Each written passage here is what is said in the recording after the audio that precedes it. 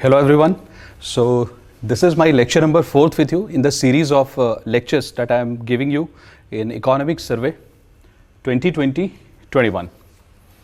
Now today we would continue with the theme of health, and in that theme we are going to cover chapter number 9 from the survey, and the title of the chapter is Jai Ho Ayushman Bharat's Jan Arogya Yojana. This is a very important scheme. I'll tell you why.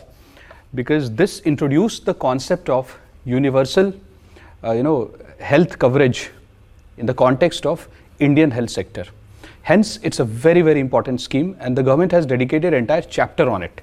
So we are going to do that chapter in detail, but before that I would like to do two things with you. One, I would like to give you some basic concepts related to health, very basic economics related concepts, and then I would give you the outline of entire chapter, and then we would begin as usual the detailed analysis of this chapter. All right guys, so if you look carefully at this chart that I have given you, this is a concept from economics, very basic concept, and you must know it, because being the future policymaker of India, it is expected out of you that you should know what is the meaning of public goods. So the concept is called public goods, and I'll teach you two things related to public goods. First is the meaning of public goods, and the second thing is why should government of India provide public goods? Why should we focus on the government giving public goods and not the private sector? What are the problems? So we will look at two things. So one, what is public good and who should provide it? The ideal answer is government. The reason is why. Why not private sector? Why the government? All right, so let's look at two things. What is the meaning of public good first of all? So to make you understand the meaning of public good, I have this small sketch for you. So suppose this is you and this is me. See, I have drawn you more smarter than this guy. So this is me, this is you being smart. So you are walking on the road and we come across a street light. All right, so this is a street light, this is a road. Now when we meet, I ask you a question that, my dear friend, since you are walking on the road, you are using street light. So since you are using street light, my consumption of street light is being affected. All right, and this street light has been provided by government of India. So I will tell you that, look, since you are walking on the road, you are blocking my street light because you are using it. So the amount of street light available to me is less. What would be your reaction? You'd laugh at me. You will say that, I don't even know basic things of life. If there is a street light and if 10 people are walking, 1,000 people are walking, the amount of light, intensity of light available to each individual is equal. If one individual is using the street light, doesn't mean that the others are getting less of it. That's the beauty of street light. Similarly, a normal public road without any toll tax and all, a normal road. So if I am driving on the road and if you are also driving on the road, it doesn't matter, because each of us, both of us are getting the equal opportunity to drive. So street light, roads, defense, policing, these are some of the things which are available for everyone. So what are the features that you noted related to street light? Number one, non-rival consumption, which means that if you are consuming street light, you are not preventing me from consuming it. You can consume it, so can I. It is available in equal proportion to each one. Right? So that is the meaning of non-rival consumption. My consumption doesn't restrict yours. All right? So that's the meaning of non-rival consumption. We are not rivals. We are getting equal opportunity. Number two, non-exclusion. So who has paid for this street light? Taxpayers. It is taxpayers' money which the government has used to create street light. Now suppose I haven't paid the tax because my income falls below, let's say, 1 lakh rupees, 2 lakh rupees or 5 lakh rupees. So I am not paying for this. I don't fall in the tax bracket. But suppose your income is 10 lakh rupees, obviously you have paid taxes. It is using your money that the street light has been created. All right. So in this case, even if I haven't paid for the street light, I will still use it, because street light cannot be restricted. Anyone availing the service doesn't mean that the others who haven't paid for it cannot avail it. This is called as non-exclusion. You cannot exclude somebody normally. I'm not talking about exceptional situations, but under normal circumstances, you cannot exclude somebody from using these kind of goods. These goods are called as pure public goods. Why? It is meant for public. If one person is using it, you cannot prevent the other from using it. That's one. Number two, those who have paid and those who have not paid, both of them can consume it. That's not a problem. These are the two strong features of pure public goods. Such goods are called public goods. Now, if I ask you that through the story, what did you observe? You would have observed something really amazing. I'll tell you what. Two observations, quick observations. One, if the government of India comes and does a survey, so suppose government of India comes to you and asks you that, are you using this public good? Since you are paying tax, you will say, yes, I'm using it, I'm paying for it, right? Then the government comes to me and says, are you using this street light? I'll say no. Why? I know I haven't paid for it. The moment I say, yes, I'm using it, the government might ask me that, okay, you are using it, so you have to pay a very small amount for it. So I'm very fearful in my mind that if I reveal my preference that yes, I'm using this street light, I might have to pay for it. So I will always underreport that no, I'm not using it. But I'm using it. I'm using it to the hilt. But I'm not like claiming that I'm using it. Which means the real demand or real use of public goods is always very, very high compared to what is reported. Which means over demand. Why? Because it is free. Free rider problem. What is free rider? Somebody else is paying for it, I'm also using it. Thinking no problem, I'm not paying, somebody else will definitely pay. So, over demand. But then if you go to a private sector and ask a question to them that, look, Mr. Private Sector, people are using these street lights and everything, so you have to produce it so that it is available in the economy. So private sector will say, no, but only one person is demanding it. Why shall we produce more? So private sector would go by what is the demand, and demand is always underreported. So they would not get the real picture of the demand in the economy. So if according to private sector, the demand is this, but real demand is this. So private sector will supply only up to this limit. So there will always be a problem of undersupply and over demand in case of pure public goods. That is the problem, that private sector would not succeed in anticipating what the real demand is. They would undersupply and there would be over demand because not everybody is paying for it and people are not revealing their true choice and usage level.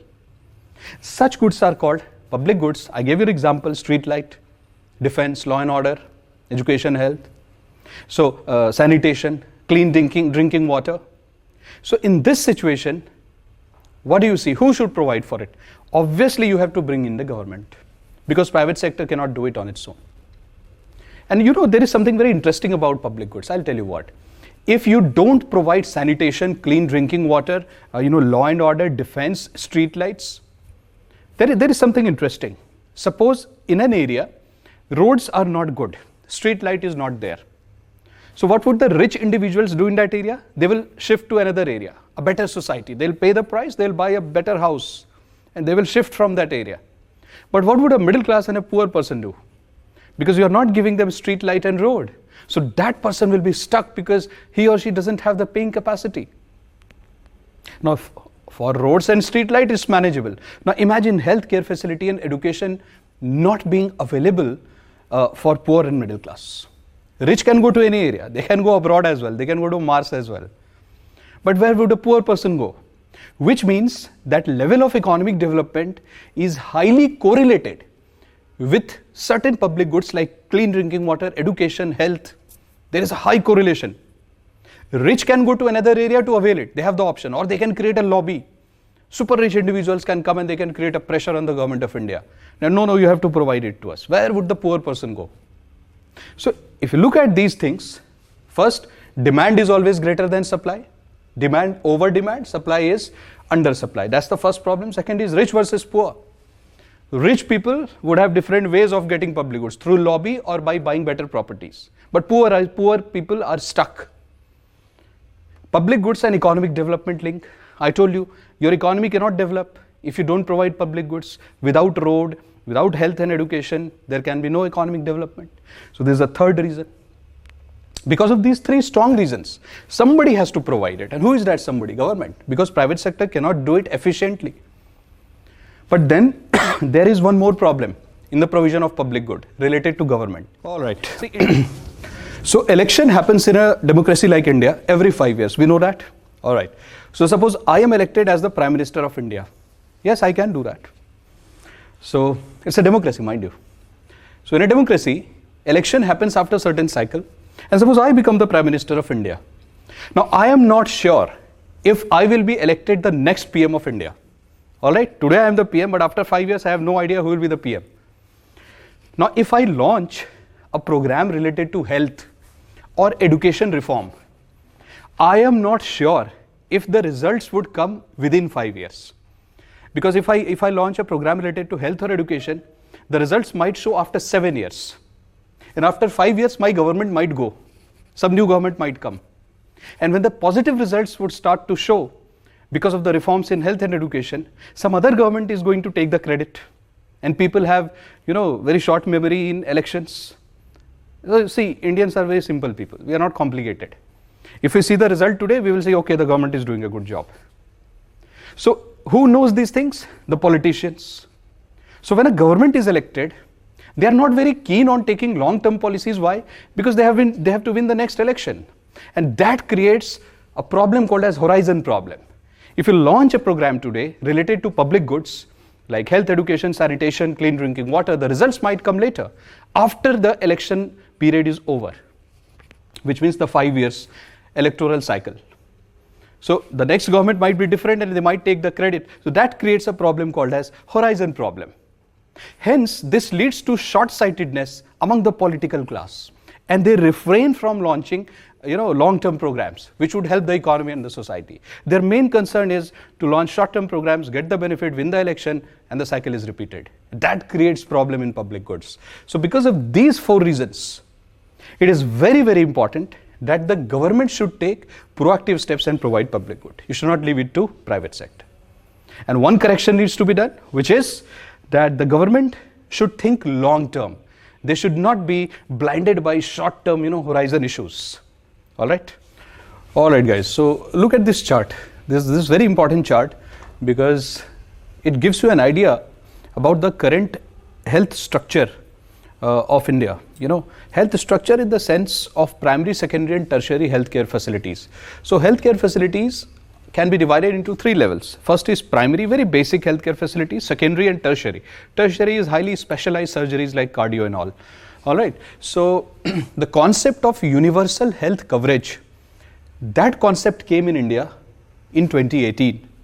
And how did it come? Through a government program called as Ayushman Bharat. Now Ayushman Bharat has 2 pillars. Look at the left side please and look at the right side. If you look at the left side, what we have done there is, we have mentioned the first pillar of Ayushman Bharat called as Health and Wellness Center, HWC. This was launched in Feb 2018. And on the right side, you can see PM Jan Arogya Yojana, PMJ. This came in September 2018. So in the year 2018, we had the concept of Ayushman Bharat, which was launched, and it talks about giving healthcare facilities, especially to vulnerable and poor section of the society. Let's look at the left side. So there you will see that what government has done under Ayushman Bharat is they have taken sub-centers, which means small healthcare facilities that you see in districts and all those small places. So sub-centers plus primary health centers. So there are health centers which cater to the primary concerns of people when they fall sick. Very, very basic healthcare facilities. So primary health centers and sub-centers, they were merged, and 1.5 lakh health and wellness centers were created, supposed to be created. All right, so that was the plan. What are the features of this health and wellness center under Ayushman Bharat? So what is the plan? So the features is, this health and wellness center would provide primary healthcare facilities. That's number 1. Number 2, they would provide healthcare facilities especially for mother and child. That's second point. Third, they would have special provisions to cater to non-communicable diseases. So example of communicable disease is COVID, because it spreads to virus. Non-communicable disease, for example, heart disease. It's a non-communicable disease. Now, free essential drugs and diagnostics. So checkup would be free, plus essential drugs would be given free of cost at the health and wellness centers. Now please come to this side. PM Arogya Yojana, PMJ, September 2018. Now, there are some points which you must remember and understand for this particular section. So this is world's largest scheme of its kind. Because of sheer money that has been given plus the population, the coverage. India is a big country. So any program which would cover a major part of Indian population would automatically become one of the biggest programs in the world. So it's one of the world's largest. Second, it gives a health cover of rupees 5 lakhs per family per year. Alright, so this is very important. First, it is world's largest, and second, it gives health cover of rupees 5 lakhs per family per year. So this is interesting, you must remember this figure. Now what is it covering? It gives a coverage of secondary plus tertiary hospital care.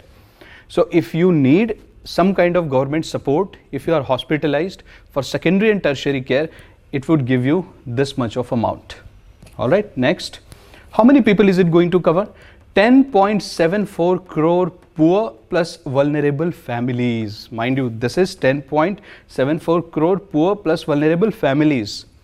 So how many people in total? Almost 50 crore. Because one family could have, on an average 5 people. So 50 crore population is going to be covered. What kind of population is it focusing upon? See, poor plus vulnerable, which means the bottom 40% of India. So suppose this is India's population. These are super rich people and these are poor people. So go to the bottom 40%. Bottom 40% population of India, they are being covered under this scheme. Now, how do we know who are these bottom 40%? Which data do we use to find the bottom 40%? So this we find through Socio-Economic Caste Census 2011. So this census report is there. We have the data. We'll find out which 40% deserve this kind of coverage under the scheme. So this is your Ayushman Bharat in brief. Alright guys, so as I told you that I'll be giving you the layout of the chapter. So this is your chapter layout. See, PM J, this chapter layout. So I'm dividing the chapter into section 1, 2, 3 and 4. These 4 sections would cover the entire chapter. That is public good, the concept of public good. Now, we have already covered this. Look at the points that we have covered under that. First, the meaning of public goods, then healthcare services, then why should the government provide it? We already did that. These things already done. Now, here I started to talk about Ayushman Bharat. I gave you some basic ideas. So, we did this. We did this one, health and wellness centers. And Pradhan Mantri Jan Arogya Yojana, PMJ. We already did this. Now, one part which is very important in the second section of this chapter is significance in the context of COVID. That is the whole idea of the chapter. They are talking about significance of this particular pillar of Ayushman Bharat in the COVID situation. Now, if you come to the third part of this chapter, it says trend in use of PM Jan Arogya Yojana during COVID. So they are talking about, so this is a very special section given in this chapter where they talk about the pattern in the use of PMJ during COVID time. I am going to mix this one and I'm going to teach you these two together. First, I'll tell you what is the significance of this particular pillar of Ayushman Bharat during COVID, and then I will do some kind of analysis that what is the pattern in the use of PM Jan Arogya Yojana during COVID compared to what it was before COVID and what it is now, which means after COVID. So we'll be doing 3 things. We'll take up Jan Arogya Yojana and we'll see how it was used before COVID, during COVID, after COVID. That will give a good idea about how people are using this particular scheme in India. Now come to the last part. This is very interesting. This says impact of PMJ on health outcome across states in India. So they're going to talk about in this particular section of economic survey the impact of this Ayushman Bharat's pillar, Jan Arogya Yojana, on health outcome. Now, when you say health outcome, what do you mean? You mean various facets of health. So, for example, did the use of PMJ lead to better health condition among women, children, men? Did it lead to increase in insurance?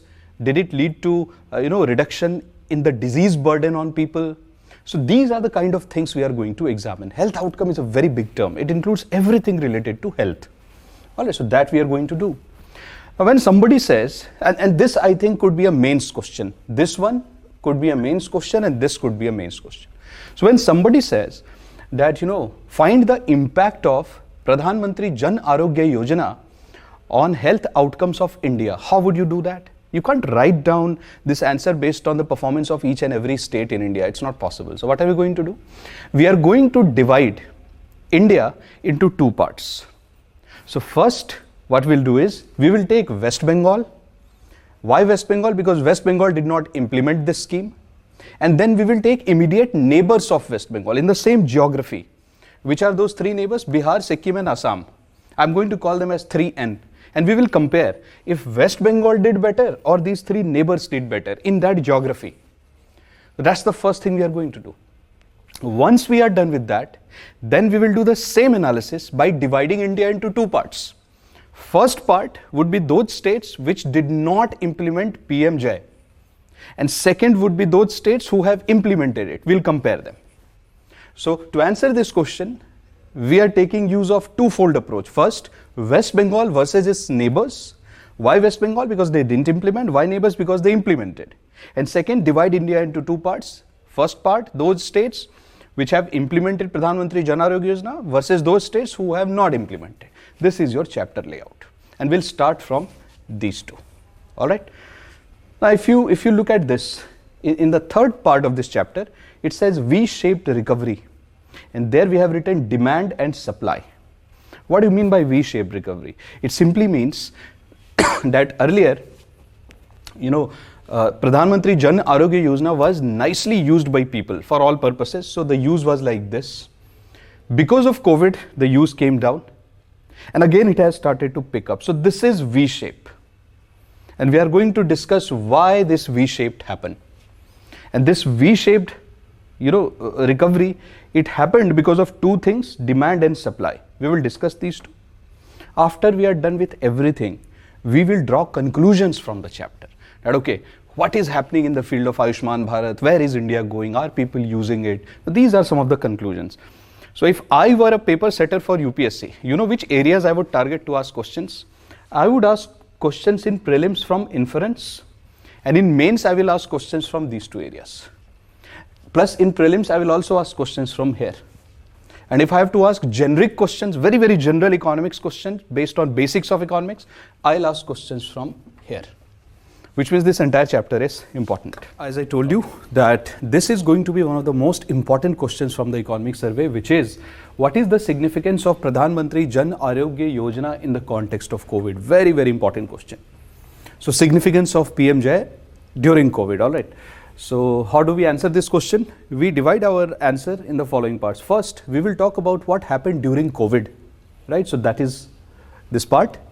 It will give us an idea about how people used Pradhan Mantri Jan Arogya Yojana during COVID. Now, we will also look at some numbers that precisely what was it used for.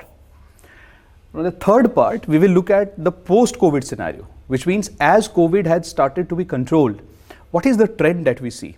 So, during COVID, post-COVID, we are going to compare. Well, let's start with the during COVID analysis. Now, see something very interesting here. So, it's a very small story. So, what happened during COVID was, the moment COVID stuck, we started to observe two things. Number one, these high frequency and low cost care, which means that there are some diseases which require frequent hospital visits, and the patient cannot survive, a patient cannot be stable if you don't visit a doctor physically. You have to go there. For example, kidney related ailments. So dialysis, those patients which were put on dialysis, they had to frequently visit the hospital, because this treatment is not just to keep the patient stable, but in fact it is important for the survival of the patient suffering from those ailments. So those people who are suffering from diseases related to kidney and everything, and dialysis was recommended for them, they used to frequently visit the hospital. That's number one. And what is the nature of this treatment? The nature of this treatment is, it's a high frequency and low cost care. So it's highly subsidized. So we did not see a decline in the life-saving treatments. Patients used to visit the hospital. And this graph shows you that. See, look at this graph.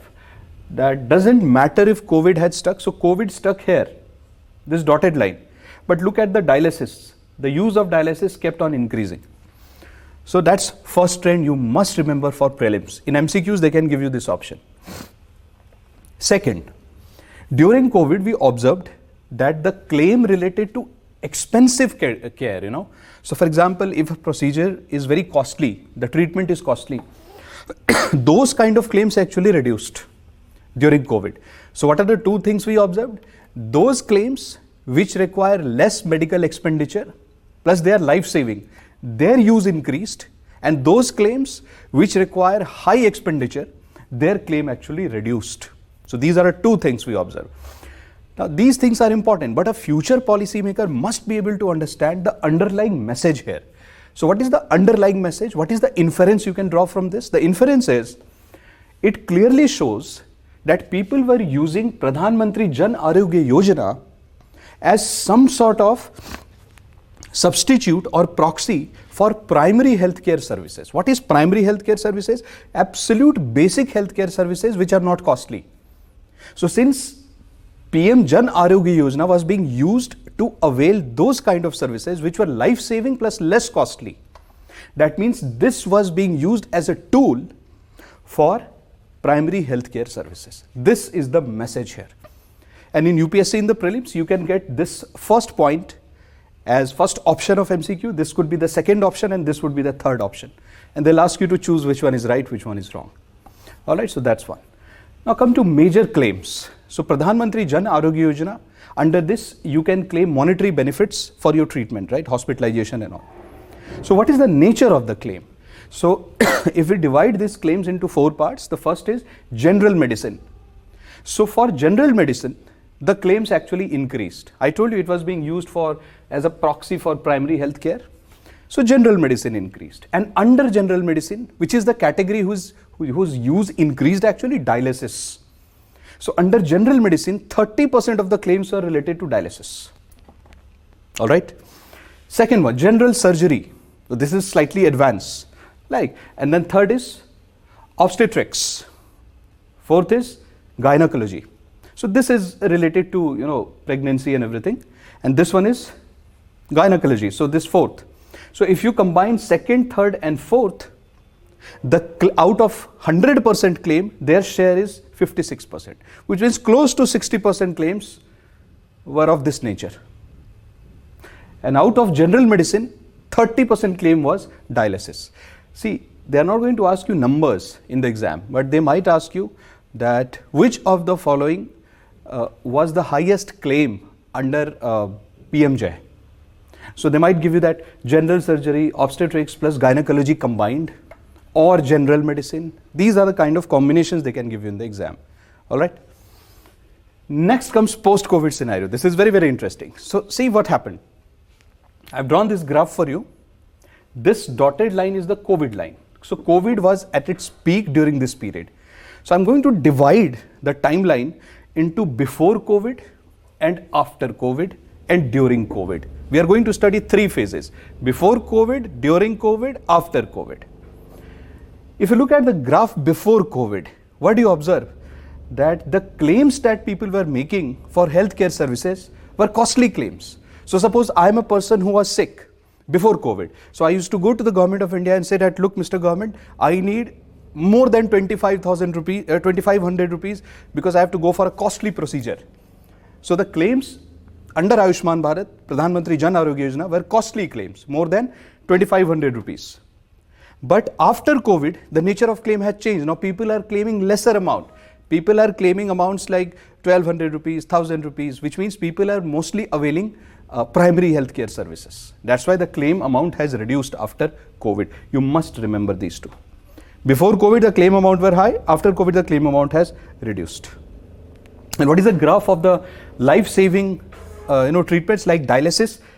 Even before COVID, it was increasing. During COVID, it increased. After COVID, it is still increasing. Look at the graph like this. But what is the nature of this general medicine?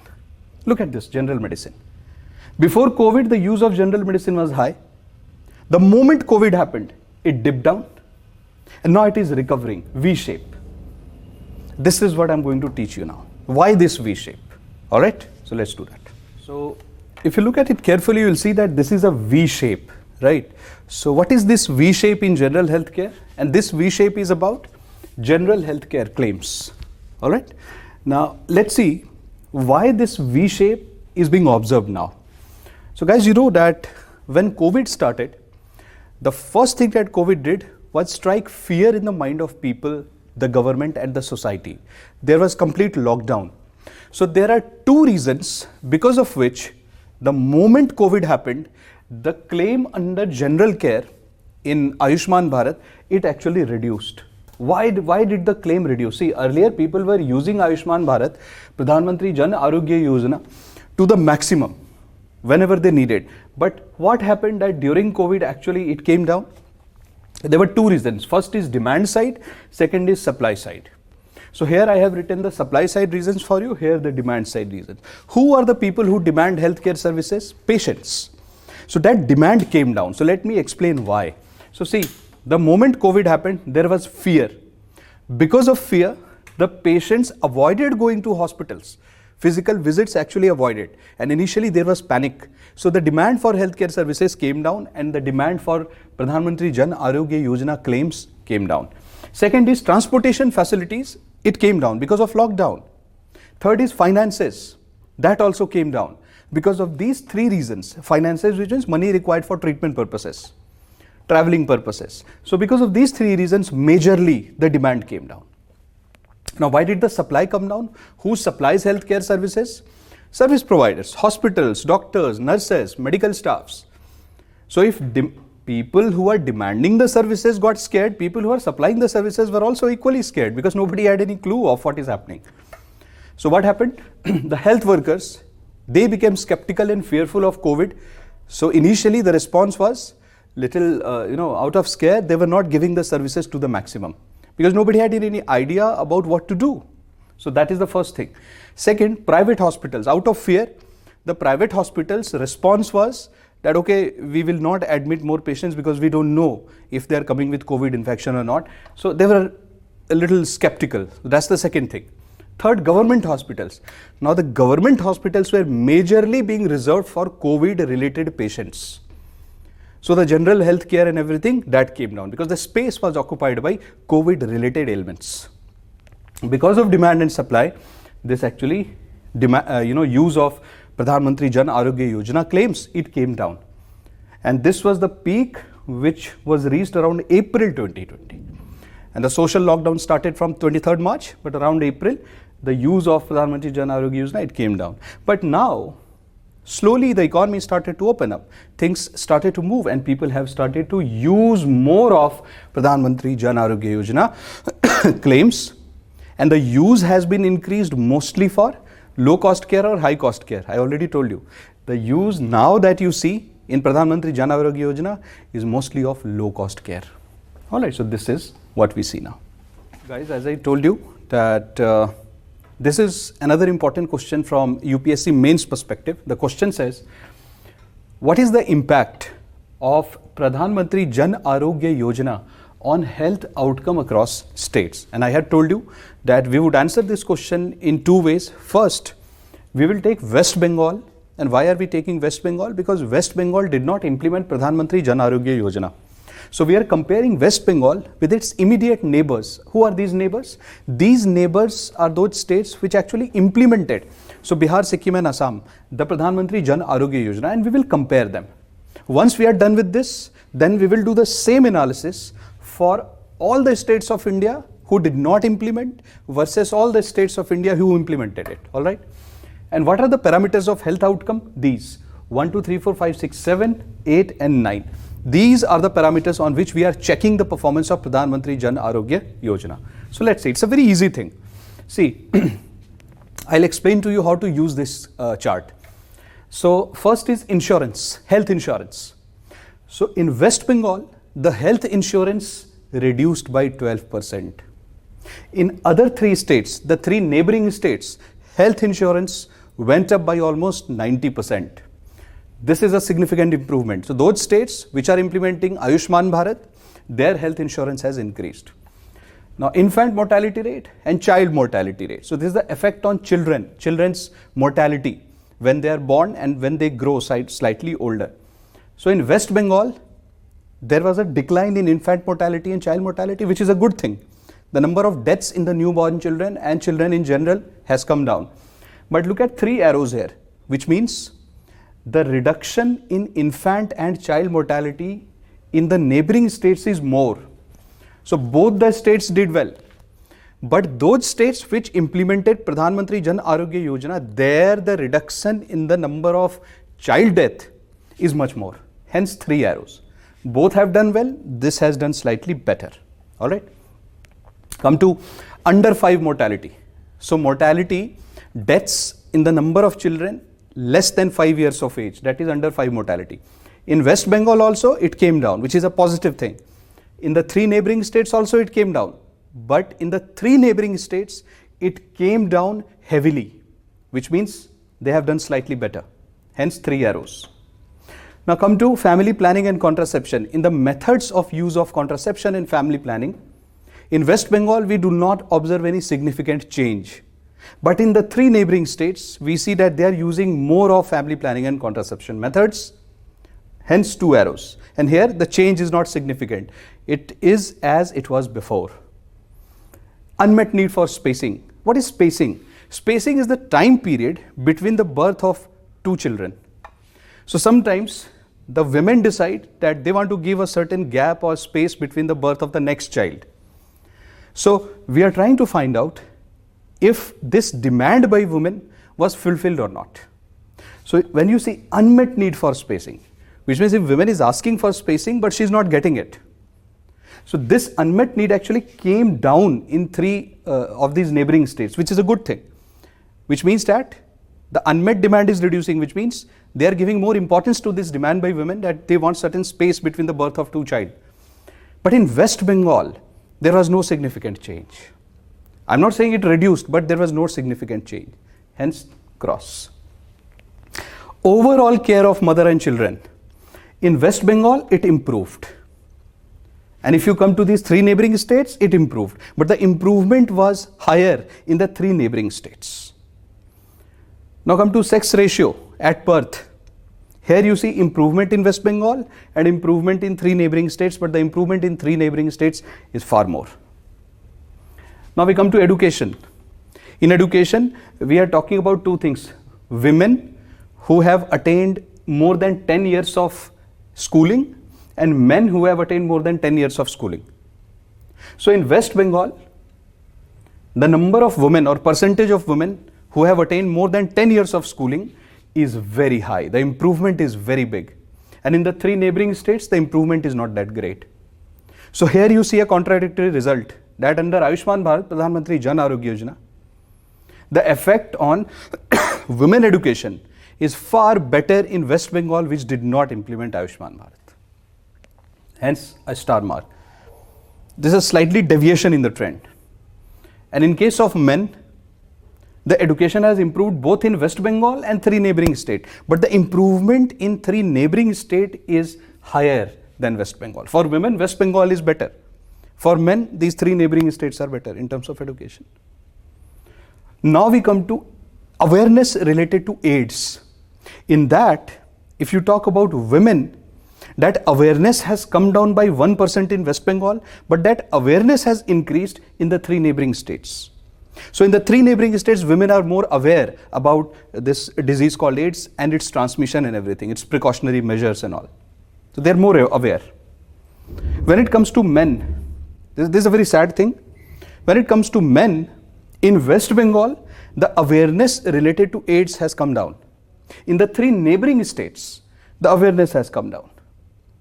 Now awareness has come down heavily in case of West Bengal and less heavily in case of 3 neighboring states.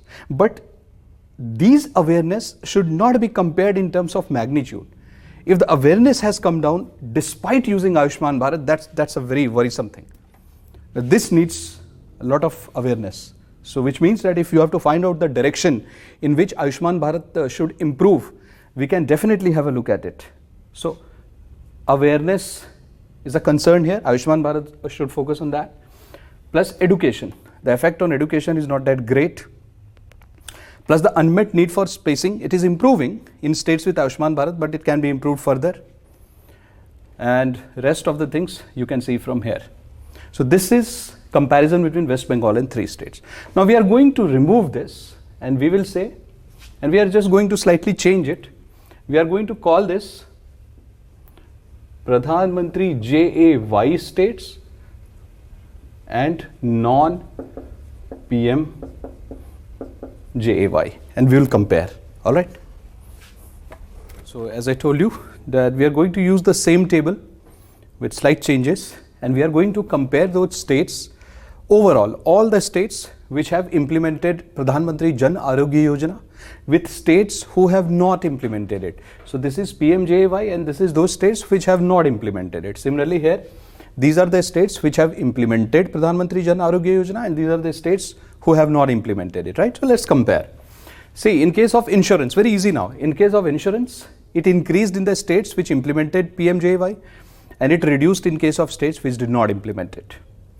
In case of infant mortality and child mortality, reduction was seen in both, but the reduction is much more prominent in the states who implemented the scheme. Similarly, under 5 mortality, the reduction was seen in both the states, but the reduction is more in states where Pradhan Mantri Jan Arogya Yojana was implemented. It's obvious. Now, if you look at family planning and contraception, it increased in both the states, but the increase was much more in states which implemented Pradhan Mantri Jan Arogya Yojana. And this is slightly different. Compared to West Bengal and 3 neighbors, this analysis, see here, unmet need for spacing, which means the time gap between the birth of 2 children. So, the unmet need reduced in both, right? Which means the demand of the women was fulfilled in both the cases, but this was slightly better. The states which implemented Pradhan Mantri Jan Arogya Yojana, they did slightly better. Mother and child care. This is interesting. So overall it increased in these states which implemented PMJ. It either improved slightly or remained same in the states which did not implement it. That's the slight change. Example, what are the things where the states which did not implement improved? What are those things? Example, delivery care. How children are delivered, birth of a child. So was it institutional? Was hospital being used? Were the healthcare workers being used, called for? So in case of Pradhan Mantri Jan Arogya Yojana states, the institutional delivery improved, but it improved much more in case of those states which did not implement Pradhan Mantri Jan Arogya Yojana, especially the states which did not implement Pradhan Mantri Jan Arogya Yojana. They mostly used private hospitals for cesarean birth of the child. So the use of cesarean method was much more in these states which did not have Pradhan Mantri Jan Arogya Yojana, especially in the private hospitals. Now come to education. Again same, women with more than 10 years of schooling, men with more than 10 years of schooling. So those states which implemented the scheme and those states which did not implement the scheme, the improvement in the education level is same, both across men and women. Hence I have put a star here, which means Pradhan Mantri Jan Arogya Yojana did not have much effect on the level of education. Similarly, Pradhan Mantri Jan Arogya Yojana did not have much effect, especially on things like delivery care. All right. Now, AIDS awareness. Here, in case of the states which implemented the scheme, the awareness increased more, and the states which did not implement the scheme, the awareness increased slightly less. In case of women, in case of men, the awareness increased in the states which used this scheme, and the awareness came down heavily in case of states which did not use the scheme. So having done this, now we are going to do some examples of some countries where they implemented some healthcare schemes, and we are going to see how they affected, how these schemes affected the population of those countries, and then we will go on to the next chapter. All right, so some examples first. In UPSC, or this question is having a very high probability of being asked in the interview as well. So let's see what the question says. Discuss the impact of health insurance coverage on health outcomes. Give examples to validate your claim. This part I have already done with you. In the context of India, Pradhan Mantri Jan Arogya Yojana, where we compared West Bengal with 3 neighbors, and then we compared, we divided India into 2 parts, states having Pradhan Mantri Jan Arogya Yojana and states not having it. That is the answer you will write for this part. And for this part, give examples to validate your claim. So we are going to make use of 3 examples: US, Mexico, and Thailand. All right, let's see. Now see, there is something very interesting. This is how you should start your answer. You should start to say that healthcare is a critical public good, which means government has every business to provide healthcare because it's very critical for the existence of people. Now healthcare is important not only from the perspective of life of people, but also their productivity, their overall condition, which would contribute in the development of the economy. And this is that part. So see, since we observe that there is huge income inequality across the world, in India as well, everywhere, you have income inequality. So if I don't have money, and if somebody else has money, that somebody can go to costly private healthcare facilities for the treatment. But if I'm a poor person, I don't have money, where will I go for the treatment? Nobody is going to help me. Private hospitals are not going to help me out. So, because of income inequality, we see difference in the health status of people. So, income inequality leads to health inequality. Because of this, the governments across the world, including India, they have been advocating universal healthcare, schemes and universal healthcare insurance products, so that because of the income inequality, the problems in health inequality can be reduced. So universal healthcare coverage is something which all the countries want to adopt now, be it developing or developed. Let's look at the case of US. What do we observe in case of US? Research shows that in United States, there is a strong interconnection between health insurance coverage, right? Health insurance coverage, poverty and health. All these 3 things are interconnected. Where you don't provide health insurance coverage, people have to spend from their own pockets, and it leads to more poverty. It leads to reduction in health status. So these 3 things are very, very much interconnected in case of United States. And because of this, the government in US, they went for the government health insurance program. It's a vital component of US economy. Now, if you want to examine if there is a positive effect of universal health insurance in United States or not, we are going to look at it from a very detailed perspective. So let's see the issues faced by uninsured population. So when there was no universal health coverage, or the population which is not covered under insurance, what are the typical problems that they face? These are the typical problems they face. And these are very dangerous problems, I'll tell you. The first thing that was observed in US is, breast cancer, hypertension, depression. These are some things which has gripped the society. So these services, very basic services, these things are also not being availed by people who are not covered under insurance. Can you imagine? So things like cancer, things like depression and all these things. So these basic services are not being given to people who are not covered under it. Second, no routine checkup in general. So for example, you go for routine health checkups, general health checkups. That is not happening in population who are not covered under health insurance. Next is lack of access to care. The general health care that you get once something is diagnosed, that is not happening in case of population who is not covered under insurance. And worse health outcomes. I have shown you different indicators of health outcomes, right? If you remember the table that we drew. So those health outcomes are very negative and bad for population which is not covered under insurance. Now, what are the benefits of insured population in US? I'm talking about US. If you are insured in US, what are the things that are positive for you? Insured children from low income group. So especially if you belong to low income group, what are the advantages for you? If you are a child, asthma attack has come down. Hospitalization rate has come down because of frequent hospital visits and general health care increasing. The hospitalization has come down. Visit to emergency department has come down because the emergency situations you face has come down if you are insured, because you visit hospitals more frequently. So that is one thing. Now, next is benefits for children in general. This was benefit for children in the low income group. Now, this is benefit for children in general. What has happened? Essential health services have increased. Health status has improved. And since children are more healthy, their academic performance has also improved. And if they are academically good, body-wise they are healthy, that means their earning potential has also improved. They are going to earn better. All right. Next, benefits observed in insured population in general. That was about children. Now this is insured population in general. What do we see in US? What are the advantages? in US, we observed that racial disparities in healthcare has come down because everybody is being insured. So the difference which used to exist between rich and the poor, because rich could go to hospitals, poor could not. Now poor can also go. So the racial disparity has come down.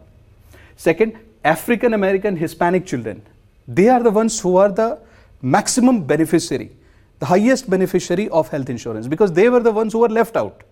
So 60% of the benefits of the program is going to African American and Hispanic children. This is in general.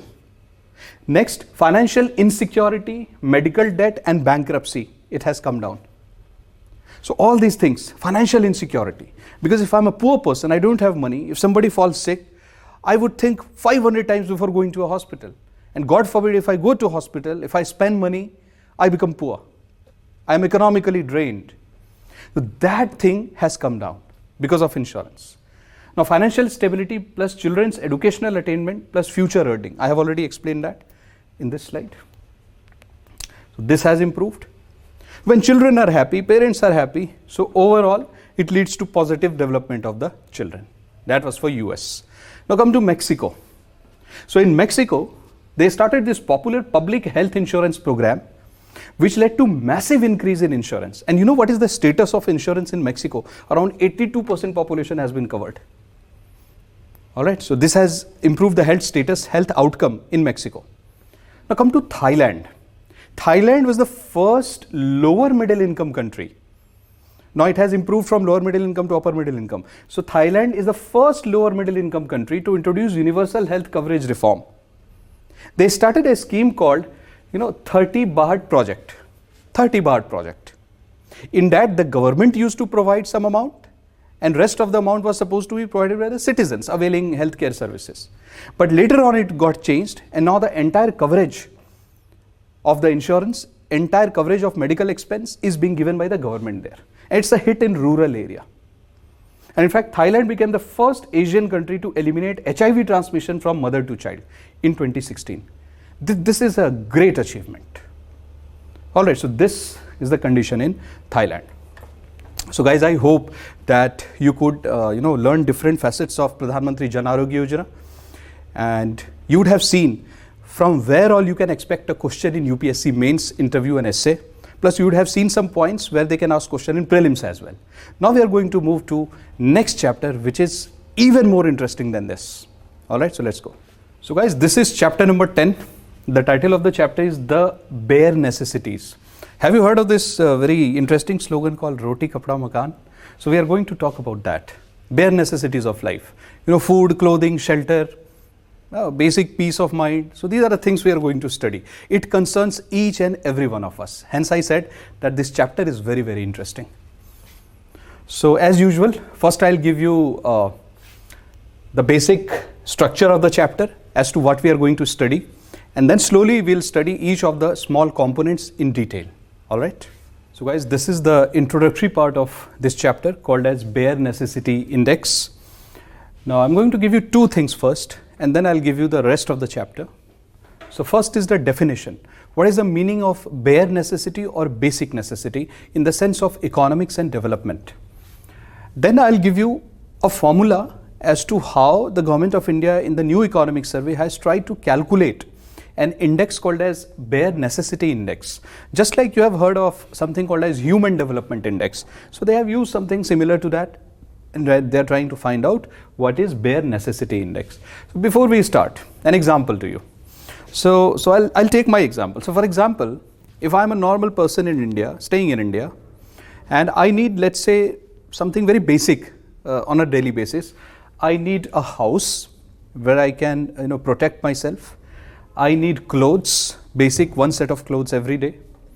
I need basic food, 2 to 3 times a day. I need my meal. I need water. I need, let's say, 50 liters of water every day. Then I need basic sanitation facilities, like cleanliness and everything.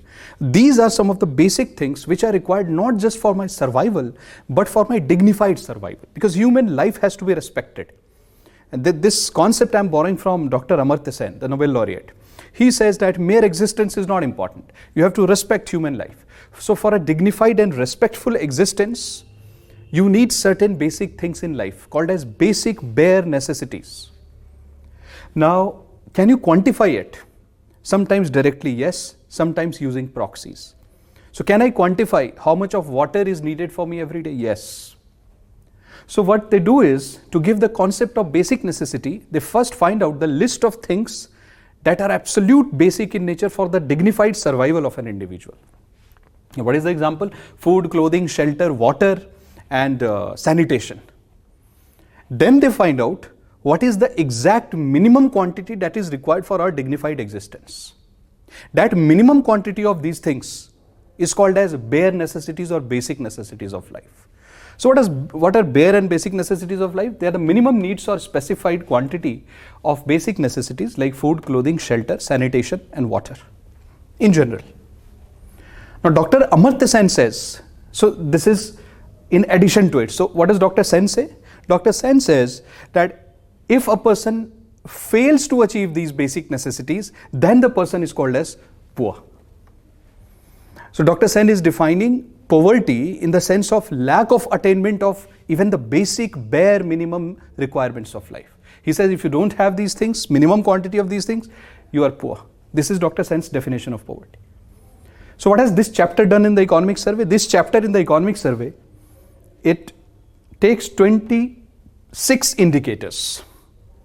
To define bare necessities, this chapter takes 26 indicators on 5 dimensions. Example, so according to this chapter on economic survey, the first bare necessity of life is water, then sanitation, housing, microenvironment, and other facilities. I'll explain these things, don't worry. So these are the things 1, 2, 3, 4, 5 which must be given for the survival of an individual in a dignified manner. Now, this economic survey calls these as 5 important dimensions of basic necessity. Each dimension, for example, water, has different components to it. They are called as indicators. So, for example, water will have 4 or 5 indicators. Similarly, sanitation has 4 or 5 indicators. So, if you add the indicators, let's say 5 indicators of water, 5 from here, 5, 5, 5, 6 from here. So, it would come out to be something around 26 indicators. So, these 5 dimensions would have 26 indicators in total. This is called as, bare necessities. Now, if you come to this side, I'll give you an example of what are sub-indicators. So let's say water is a dimension. Water is the basic necessity of life. Inside water, there are different indicators. Like, for example, first, what is the main source of that water? Are you using tube well, tap water? Are you using ponds? Where are you getting your water from? That's first. Second is distance. The distance between your house and the source of water. That should not be too large. Then method. How are you getting that water? Do you have to carry it? Or are you getting it through a tap?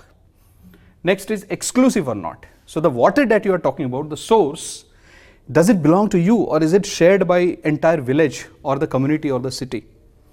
These are the indicators. So every dimension will have indicator. Now, how do we calculate bare necessity index? Very simple. We collect the data related to all the 5 dimensions and the indicators, the 26 indicators. We calculate the data and achieve it from National Statistical Office, NSO. That is our data source. And then we calculate the bare necessity index for all the states of India and union territories. So if the value of bare necessity index of a state is high, that means the state is giving or trying to give all these 5 dimensions in adequate quantity to its citizen. And if the value of bare necessity index comes down, that means state is not succeeding in providing this bare minimum quantity of these things to its citizen. How do we calculate it? What are the steps involved? So I'll take an example, I'll explain it. These things can be asked in GS paper 2, by the way.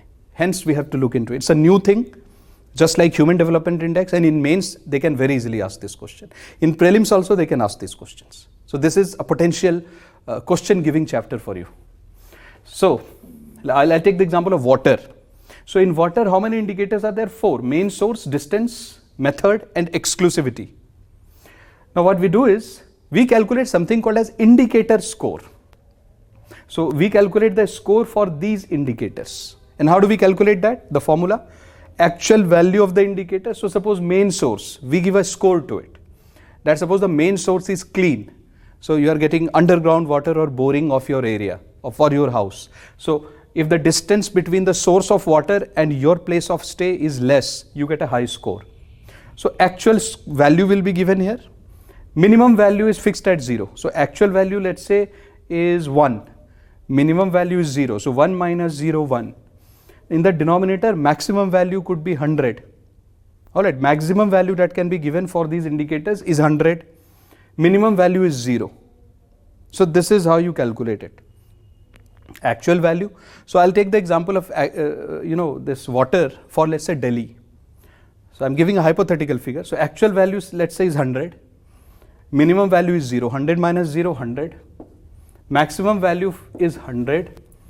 And this minimum value is 0. So 100 minus 0 is 100. 100 by 100 is equal to 1. So if everything is perfect, the value of the indicator will come to be 1. Now you have to calculate this value for all the dimensions: water, sanitation, housing, microenvironment and other facilities. You have to calculate the score for all these, and then you have to find out the arithmetic mean, which means simple average. Find the score here, here, here and here. Then take the average score, which means take the score of each of these 1, 2, 3, 4, 5 and divide it by 5. Add them and divide them by 5. You get average score. That average score is called as bare necessity index. Okay. Now, what is the range of that score that you will get? The range will be from 0 to 1. So if your value of the index comes out to be closer to 1, that means it's a very high rank, which means that the government is able to provide, that state government is able to provide good quality life and basic services to its citizen. If your value is 0, that means your performance is poor. So higher the value of index, better it is for the citizens of that state or union territory. This is your chart, which will explain two very, very important things to you. The first is, what is the origin of the concept of bare or basic necessities or basic needs. The second thing in the chart is, once we have understood the origin and we already know the concept that what is the meaning of basic or bare needs, the minimum quantity of some predefined objectives that we have to achieve, right? So then we will go on to see that what has Government of India done so far for its citizen to ensure that citizens achieve basic necessities of life. So this is that part. So let me first explain the left side of the board. It says the origin of bare or basic needs, right? Let's go to 1940s. Precisely in 1942, Albert Maslow, you know what he did? He wrote extensively in 1942 about the psychological aspects, all right, of achieving basic needs. And he talks about mainly 5 different kinds of basic needs. So in the literature, in the published literature, it was for the first time that the concept of basic or bare needs figured very, very dominantly. So that was in 1942.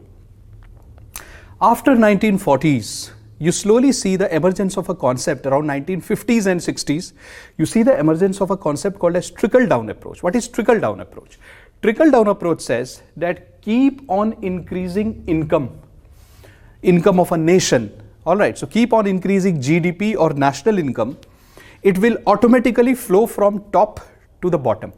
So if you increase national income, they assumed that the national income will be distributed amongst its citizens, and that too in a fair manner. Everybody benefits. So they said increase the size of the cake, everybody would get a part of it. That was the trickle-down approach. Obviously, trickle-down approach failed because increasing the size of the cake means increasing national income is one thing, but making sure that the national income or wealth is distributed fairly amongst the citizens, equitable distribution, is another thing.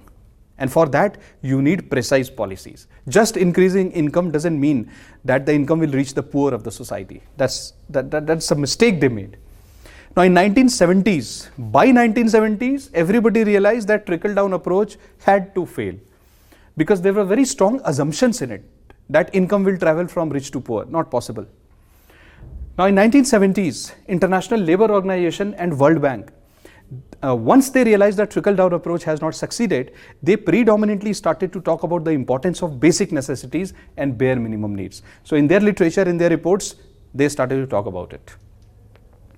But in 1980s, actually this concept of basic or bare necessities, it started to lose its prominence. Why?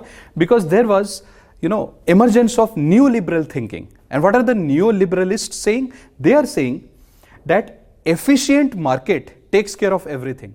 You make the market strong and everything will be taken care of. They are not talking about distribution or anything, basic necessity. They are just saying market will take care of everything. This was the problem. So here in this phase around 1980s and early 90s, basic necessities, it lost its prominence. Then if you come to post 1990s, which means the period after 1990s, then you see that there was a resurgence of this concept of basic necessities or basic, this bare necessity. There's a resurgence of the concept. How? First you see the resurgence happening in terms of Millennium Development Goals and then Sustainable Development Goals. The concept of MDG, SDG, they heavily rely upon fulfilling the basic requirement of people. So this concept of bare necessities or basic necessities has seen a resurgence. Alright, so this is the timeline. Now we have seen the global phenomenon in the development of the concept. What about India? When did we for the first time get this concept of bare necessity in India? So it was in India, this concept was developed by Pitambar Pant of Planning Commission. Planning Commission was an institution before Niti Aayog. That was renamed as Niti Aayog. So Pitambar Pant actually developed this concept of basic necessity for India while he was in the Planning Commission.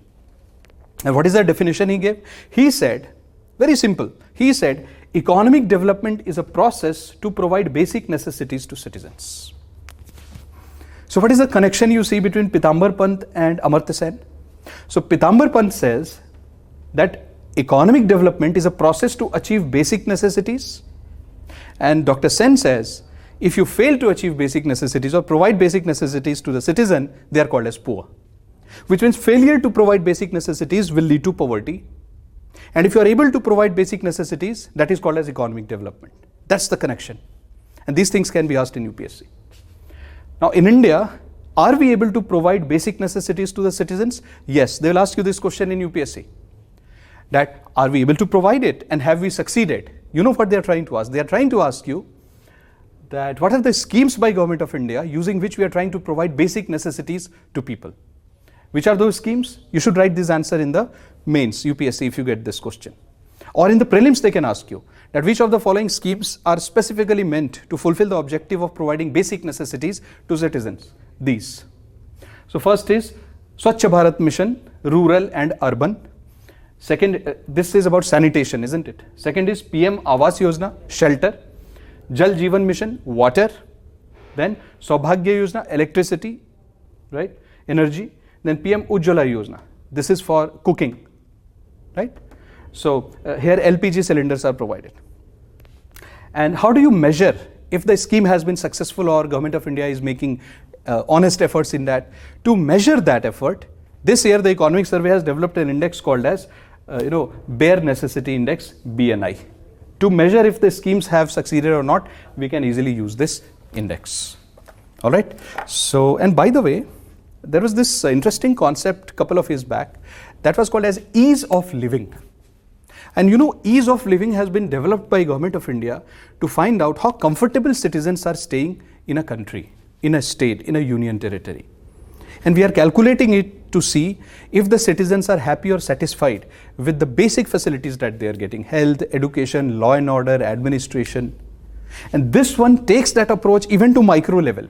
See, ease of living is fine. Health, education, reforms, governance, these provide you ease of living. But if you talk about the survival of people in a country which is ridden with poverty, there is huge absolute poverty in India. So if you're talking about that, those populations which are deprived of even basic necessities of life, this index is of relevance. All right. So let us examine each of the scheme and see if government has succeeded or not. All right, guys. So in this chapter, I told you we are going to do 5 schemes which would cover the basic necessities target that the Government of India has set. Let us start with a very basic scheme. This is Swachh Bharat Mission. Everybody has heard of it. This is about sanitation. So see, under Swachh Bharat Mission, what is the objective? There are twofold objectives, one for rural area, one for urban area. So what is Swachh Bharat Mission Rural, SBMR, and this is SBMU. Now under SBMR, the target of Government of India is to create open defecation free India. Open defecation free by 2nd October 2019 by providing toilet facilities in rural area. So for rural area, the government has targeted to provide toilet facilities to make India open defecation free. And for urban area, the government has planned to make it 100% open defecation free plus 100% scientific processing of municipal solid waste. So they're talking about two things in urban area. One is to make it 100% open defecation free plus 100% processing of solid waste, which means solid waste management. These are the two things here. Note the difference, right? So this is about open defecation free and this is about open defecation free plus solid waste management. You must note these differences. Next comes targets and achievements. So SBM, Swachh Bharat Mission Phase 1, 2014 to 2019, and what is Phase 2, 2020 21 to 2024-25. Alright, so what is the target here? More than 10 crore toilets have been built in rural India so far. Let me tell you this. Whenever any government, doesn't matter who launches these kind of programs, but these are the absolute basics that must have been launched, taking care of the dignified manner in which a citizen should spend their life, especially the women. Can you imagine in village area or urban areas, you see men and women going out to defecate in open? That's a national shame. So these programs are very much relevant. Even if they are giving limited results, we must run them and make them efficient. So what have we achieved? 10 crore toilets built across India. Under Phase 2, what is going to happen now? This has already started. Focusing on open defecation free sustainability and solid and liquid waste management. You see something very, very interesting here. In Phase 1, toilets were created, but many of the toilets, during survey it was found out that many of the toilets were lacking water. Many of the toilets, their construction quality was not good. So there was some kind of mismanagement, inefficiency. That thing had to be removed. So if you construct a toilet, you have to make sure that water reaches there. You have to make sure that the infrastructure remains intact. So first you constructed. In Phase 2, after criticism that the facility was not being maintained, so in Phase 2 they are talking about sustainability, which means maintenance of those infrastructure. Plus they have now built in solid and liquid waste management as one of the targets under Phase 2. Now this is important. Hence I have written it note for UPSC, because you are going to appear in UPSC. So what is this mission going to do? What is the current focus of the mission? I'll tell you three things. Note it down very, very carefully. So there are three kinds of tags, open defecation free tags. What is open defecation free? Which means that people should not defecate in the open. That defecation must happen in the toilets that the government is constructing under this program. So open defecation free means that you should not defecate in open. Simple, not very difficult. So no defecation in open. What is open defecation free plus tag? They're focusing on this one now. What does that mean? It means that once you have constructed a facility or a toilet, you have to maintain it, which means sustainability. Alright, so what does open defecation free plus means? It means two things. It means open defecation free plus sustainability. Both of them. So you have to include this plus this. These two become open defecation free plus. Now what is open defecation free plus plus, double plus? It means open defecation free ODF plus sustainability, and these two means ODF plus. So what is ODF double plus? It means ODF plus, again 1 plus, and then you have to write that your sewage plus septic waste, which means whatever waste product is collected in the tank, those should be maintained, those should not leak out in open. Those should not be free flowing on the roads. So you have to maintain that.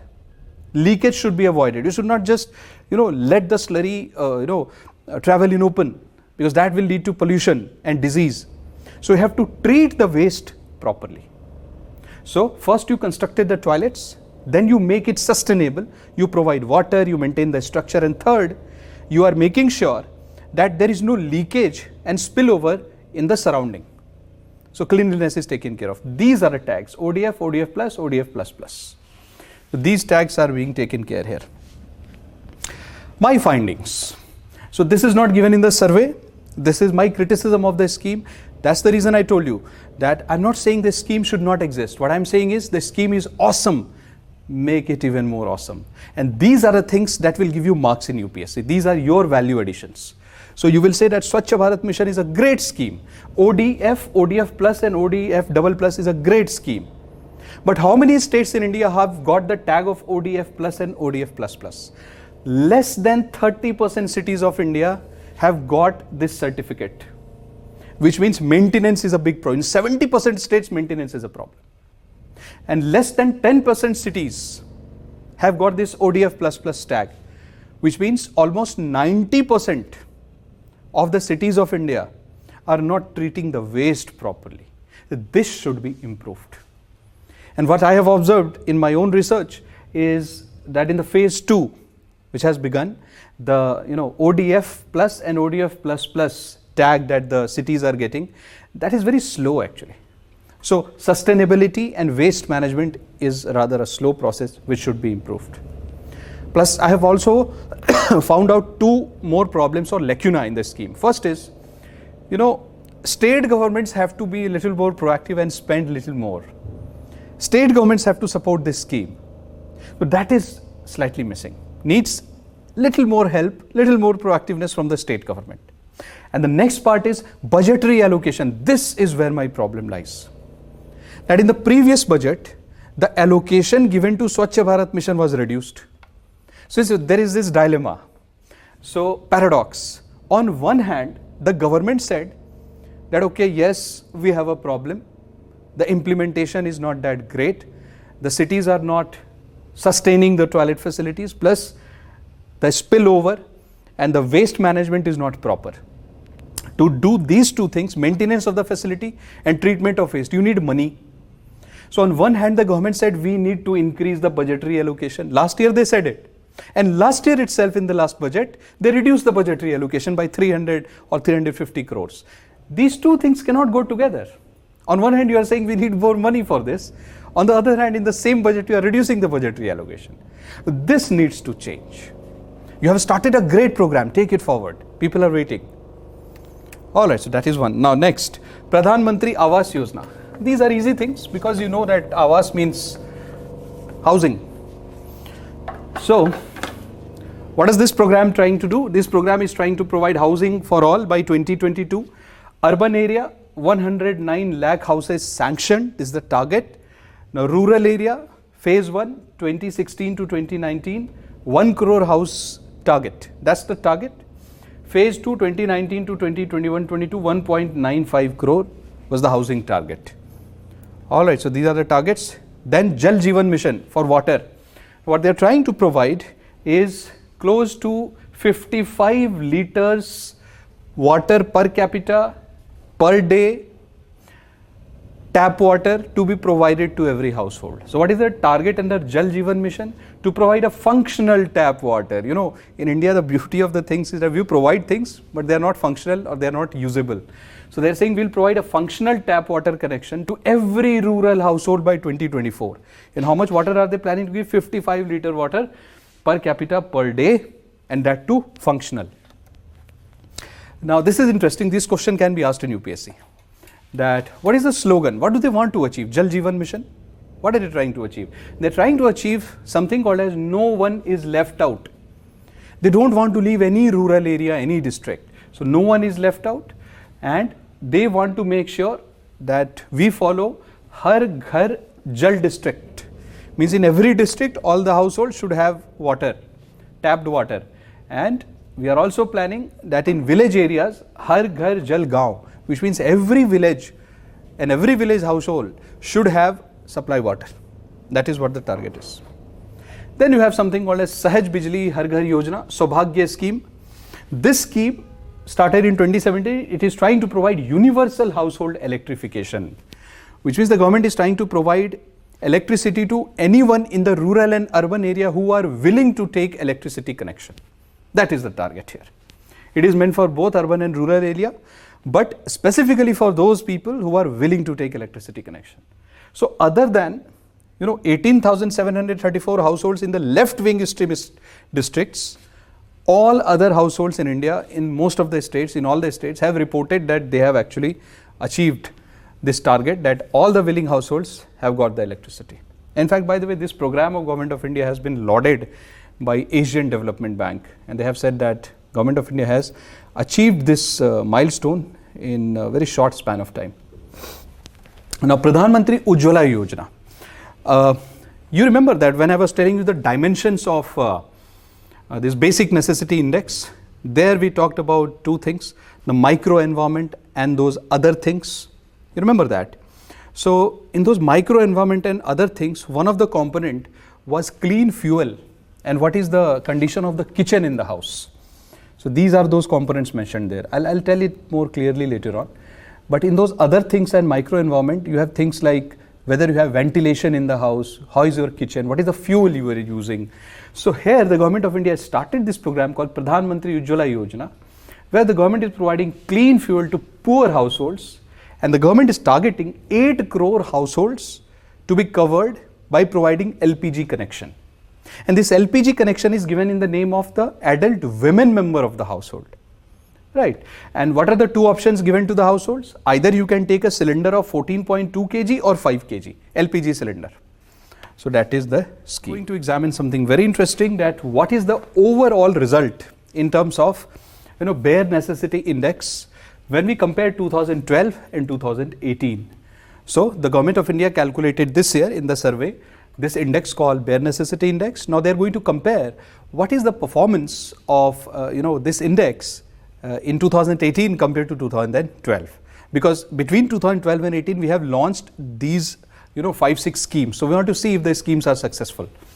So let's look at the findings. And by the way, mind you, this is interesting and important for you, that each of the bullets that you are going to see, this page plus this one, this one, this one, and this one, till this point, every point that you see here is a potential question for prelims. I'm telling you this. Okay. So let's see.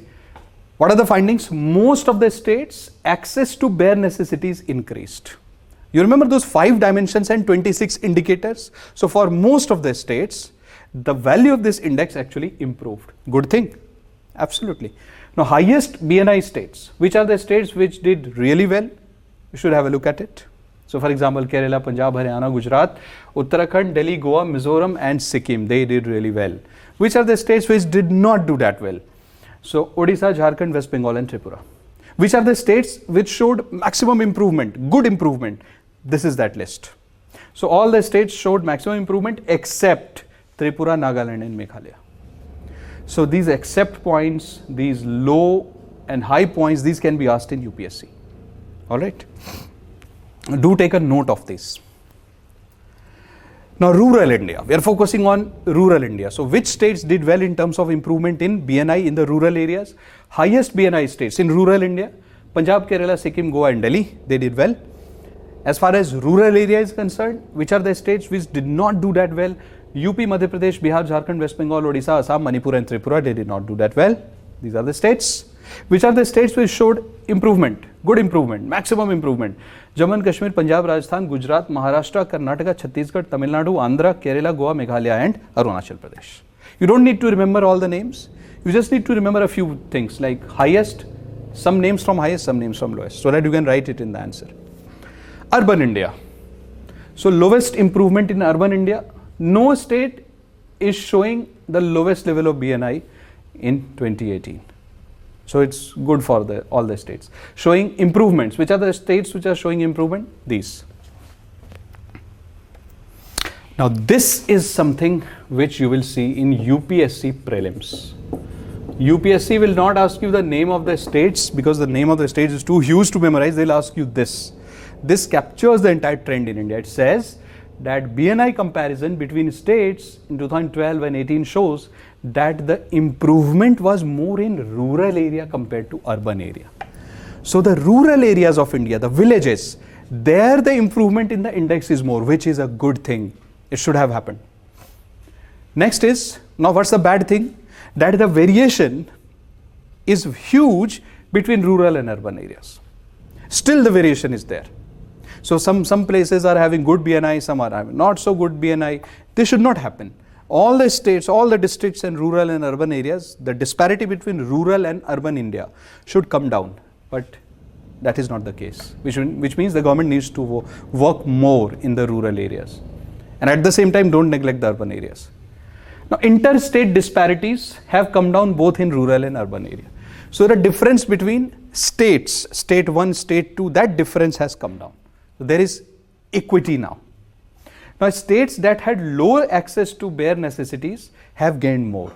So there were some states which did not have access to those 5 things, 5 dimensions of bare necessity. There the improvement is more. So some states, let's say this is a ladder, all right? So some states were here, people in some states were here, people in some states were here. Now this, bare necessity index shows that the states which did not have much in terms of bare necessities, they have been given more attention and they have actually improved and come closer to the better states. So this is a positive development. Now BNI for 2018 across income groups. So now we are looking at who is getting the benefits, the rich or the poor. And we see that for rural area, urban area and rural and urban combined, all the 3 areas, access to bare necessity has increased mostly for the poor household. So if you are poor, you have got more provision of bare necessities, those 5 dimensions compared to rich. So if a poor guy is here, a rich guy is here, so the facilities given to poor has increased in terms of those 5 dimensions and they have come closer to rich.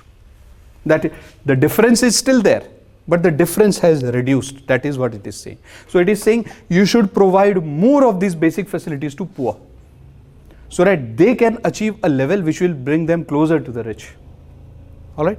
Now it will. So what does it show? That it will improve the quality of life of poor. And what are you giving to the poor? Are you giving diamonds and luxury cars to the poor? No, you are giving very basic things to poor. They deserve that. For a dignified living, we owe them as a society and a country. So if you are giving them these 5 basic dimensions, you are actually not helping them to become rich, but you are helping them to, sustain themselves in a dignified manner. And this will improve their quality of life. For a rich person, if he or she is not getting clean drinking water, hospitals or educational institutions, they can change their city, their town, they can go to foreign countries. But where will the poor go? So for that, this index is showing that you should keep on providing more.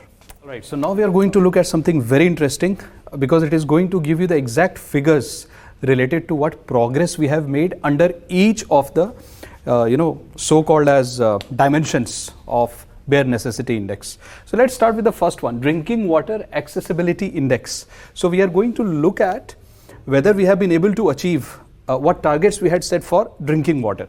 So let's look at that. See, these kind of analysis is very important, because in UPSC there is a pattern that they keep on asking questions related to trend. So they very well might pick up any of these bullets and they can convert it into a question and give it to you. So pay attention on these bullets. They might look factual actually, they're not conceptual, they're fully factual. Yet these facts are tested in UPSC because you are going to be future policy makers and they expect you to know these things. So let's look at that.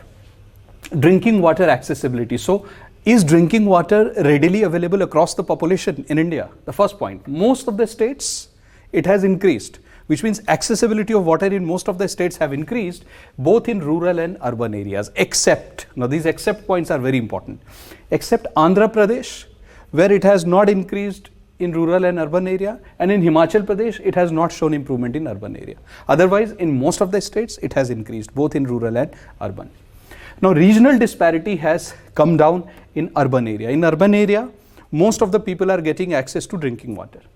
But, this is very important, but regional disparity has increased in rural area. In rural area, some section of population is getting that water and some is not. So regional disparity has increased. Now since in urban area regional disparity has come down, but regional area disparity has increased so much that overall disparity in accessibility of water has increased. That is the problem. It's not a good thing. Disparity should not happen.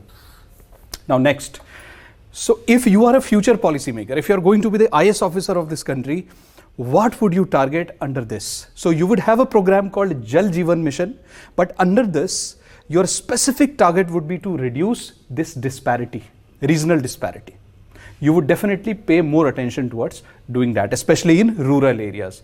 And then you see that across all groups, equity in access to drinking water is seen. In general, if you take the overall picture, you would see across different income groups and all, you see that the trend of availability of water is good, it's positive. But when you look at the micro perspective in rural areas, the disparity is increasing. All right, so this is your bigger picture. Expect a question from this in competitive exams. Now, sanitation index, very, very important, right? Swachh Bharat Mission.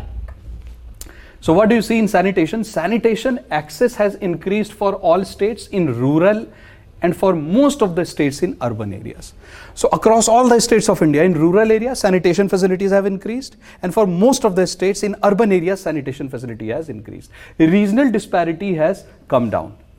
Why? Because the states which did not have access to sanitation facilities, they are getting better access to it. So the gap between those who had and those who did not have, that's closing. So it's a good thing. Now, interstate differences are still very large. See, the gap is reducing. Earlier, the states which had, sanitation facilities were here. The states which did not have were here. Now they have moved up to this point. Still, the gap is huge. As a policymaker of India, future bureaucrats, you have to make sure that these things are taken care of. All right. Now, safe sanitation has increased in lowest income group, both in rural and urban area. It reflects increasing equity. So do you see a more equitable trend, which means that do you see that both rich and poor, they are getting the benefits of this improved sanitation? Yes. So the gap between them is reducing. Since the gap was huge, so it will take time to reduce, but at least the trend is positive. That is what this index shows. Now, housing index. So what do you see in all the states? The housing, availability of housing has improved except urban areas in few states. So in rural areas, housing has improved. In urban area, housing has improved. But in few states, the increase in housing facilities has not been that great. That is what it is saying. Now, interstate disparity has come down. Why? Because the states which did not have housing. So for example, these are the states which have housing. These are the states which did not have much housing. They have gained more. Because of this, the gap between haves and have-nots have come down. That is the point. But the gap in the level across states have been large. If you go to rural areas, if you look at the states which have housing facilities and states that do not have housing facility, the gap was so huge. It was so huge that even if you push them up, the states which do not have houses, if you push them up, they are showing improvement, yet the gap remains. That gap is a problem. So as future policymakers, we have to take care of this gap. Plus, you see something interesting. You see, this is a positive thing, that you see the increase in housing facilities, especially for people whose income capacity is low. And that is a good thing. And that is what you observe in terms of housing. Now you come to micro environment. I told you I'll tell you something about this. So what do you see here? So this index mostly contains things like drainage, whether there is drainage facility or not. And whether you suffer from mosquito bites or not. So these are the things that is covered under micro environment, which means surroundings. So in this, an improvement has been seen in all the states except for Assam in rural and Odisha and Assam in urban. That is what you see.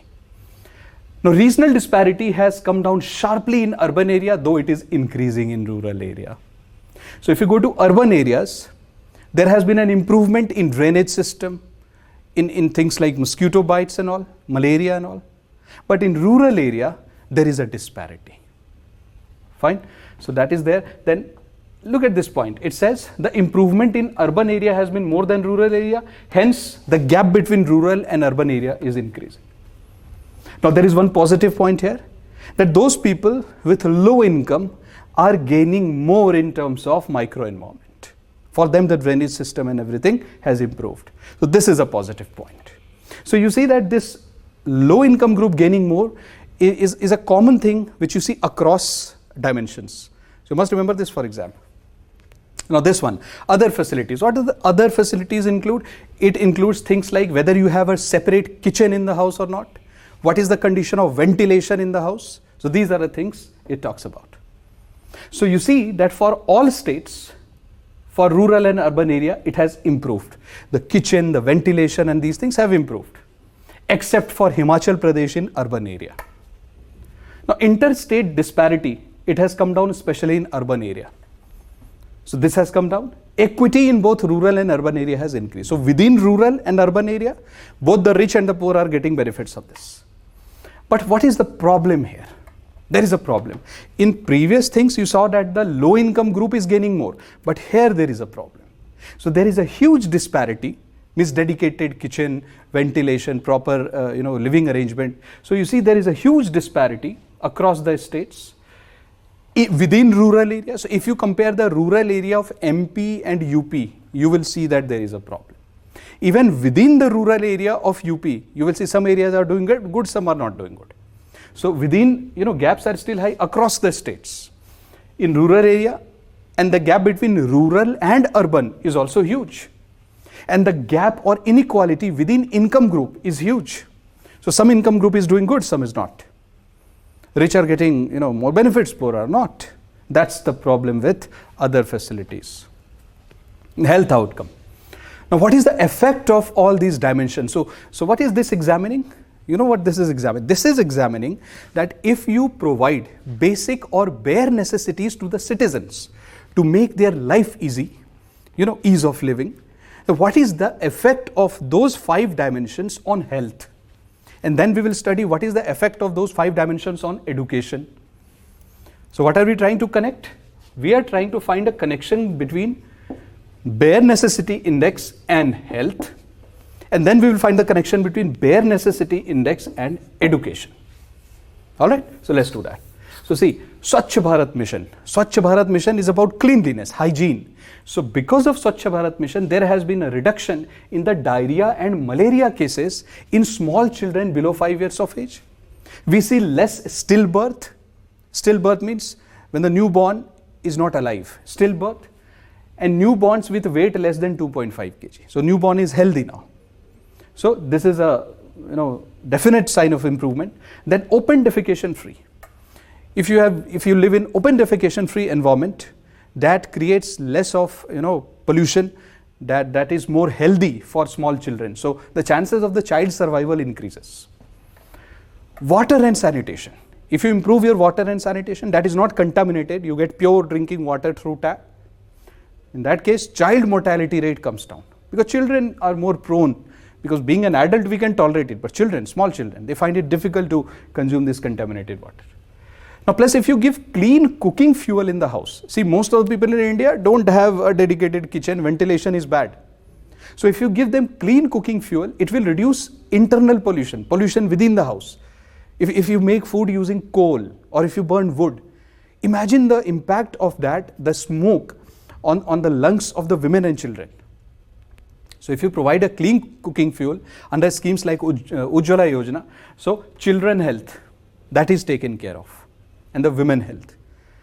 Now if you provide separate kitchen in the house, it improves indoor environment, reduces the pollution, it's good for women and children. So you see the effect of bare necessity index on health outcomes. Now what is the crux of all this? So what do you see? These statements are asked in UPSC. That bare necessities have strong association, which means there is a huge close interlinkages between bare necessities, those 5 dimensions, with health outcomes like infant mortality rate, under 5 mortality rate for both rural and urban area. It has huge impact on children and women. So now, what is the effect of bare necessity index on education? It's very simple. See, if the children in the house, the girls, the women, if they have to travel long distance to fetch water for the household, don't you think that they will spend a lot of time and waste a lot of time? Yes, And if for example, a girl child or a small kid, if they are fetching water from 20 kilometers away from their household, now will they be able to attend school? No, because they're wasting their time in bringing water. So if you provide clean drinking water within the premises, if you make it available in the households, then it will save time of the girl child. Their attendance in the school will improve. If you provide school toilets, the gross enrollment ratio of girls in the school will improve. And there is a research across the world, it has been seen that if you provide electricity, then the education index or the educational outcome improves with electricity. Provide light, fan, digital board, etc., you will see educational outcomes improves. And then last point, that it has been seen that when basic necessities of life have been provided to the citizens, the gross enrollment ratio in class 9th and 10th, in class 11th and 12th, it has improved. This is a survey which proves that. Now, having seen all of these things, if I ask you a very simple question, and this is what UPSC definitely asks. UPSC has a very good habit. First, they'll ask you, what do you mean by bare necessity index? And then they will ask you a question saying that, what are the schemes that we run in India to provide bare necessities? And one more part is attached to the question, which will be that, what are the suggestions from your side to improve it? Now, that suggestion is written here. So if you see carefully, if you implement the bare necessity schemes in India, the schemes that we talked about, the Swachh Bharat Mission and etc. So what it will lead to is the attainment of sustainable development goals, which we have promised to the citizen. India is following this. And every year there is an assessment that are you getting close to sustainable development goals? What are specifically those sustainable development goals which are related to basic necessity index or bare necessity index? Reduction of poverty, access to clean drinking water, sanitation and housing by 2030. That's the target that has, that India has set. So if you provide bare necessities, obviously your sustainable development targets will be achieved. But we learned something interesting, that there is regional disparity, income-wise disparity. So we are providing basic services, but sometimes it is going more towards people who need it, but it is also going more towards people who need it less than some section of the society. So you have to increase the equity, which means targeting has to be done. So we have to find out which section of the society should get that service first. Alright, so the targeting is necessary. As future policy makers, you should write these points. Plus, you also know that many of these basic necessity schemes, they are provided through municipalities, they are provided through local governments. And there, the role of state government is very important. So as a future policy maker, you should write that center alone can't do it or state alone can't do it. It has to be a coordinated effort between center and state. These should be your suggestions. Now, once you have suggested this, the future policymakers of India, then towards the end you should say that only launching a scheme is not important, but trying to find out what is the effect of that scheme is more important. And in this era of lack of transparency, you must find a method as to find out what is the effect of the schemes. And how do you do that? So construct a BNI, bare necessity index, based on large annual household survey data. Go and conduct a survey and find out whether the things that we have provided under bare necessity have been able to give positive results or not, whether the households are getting it or not, and then publish the report every year. That will tell us in which direction the schemes are going. So this concludes the topic related to health, and in the next lecture, in the series of lectures, I'll take up another theme. But mind you something, this topic that you have studied, this perhaps according to me is one of the most important topics this year, the theme health. And as future policy makers, it is in these areas where India is lacking and where you can contribute the most. So I hope that you are learning well. So keep on studying. All the best. Thank you.